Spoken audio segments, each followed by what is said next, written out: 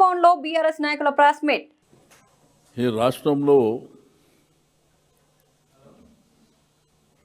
మరి ప్రభుత్వం నడుస్తుందో లేకపోతే సర్కస్ కంపెనీ నడిపిస్తారో ప్రజలకు సమాజానికి ఎవరికి కూడా అర్థం కానటువంటి ప్రశ్న. ఈ భారతదేశంలో ఒక రాష్ట్రాన్ని సాధించినటువంటి ఒక గొప్ప నాయకుడు తెలంగాణ తొలి ముఖ్యమంత్రి కేసీఆర్ గారు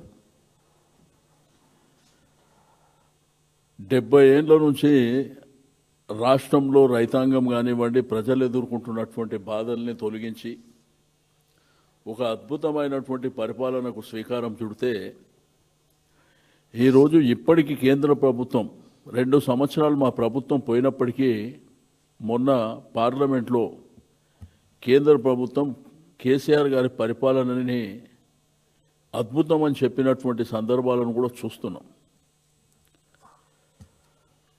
రెండోది, ఆ రోజు ఒక్కడిగా బయలుదేరినప్పుడు ఈ రాష్ట్ర సాధన కోసం అనేకమైనటువంటి పోరాటాలు చేసినటువంటి నాయకుడు, యావత్ తెలంగాణ రాష్ట్రంలో అందరినీ ఏకతాటిపై తీసుకొచ్చి లాస్ట్కు తెలంగాణ రాష్ట్రాన్ని సాధించినటువంటి ఒక నాయకుని పట్ల కాంగ్రెస్ ప్రభుత్వం వచ్చిన తర్వాత వారి యొక్క కక్ష సాధింపులు కానివ్వండి, రాజకీయ ప్రేరేపితమైనటువంటి కేసులు కానివ్వండి మనందరం చూస్తున్నాం. నేను ఎందుకు చెప్తున్నా అంటే ఈ విషయాన్ని, ఒకవైపున వారికి నోటీస్ ఇచ్చారు. నోటీస్ ఇచ్చినప్పుడు ఒక బాధ్యత గల పౌరుడిగా, ఒక సీనియర్ పొలిటీషియన్గా వారు ఆ నోటీస్కు వారు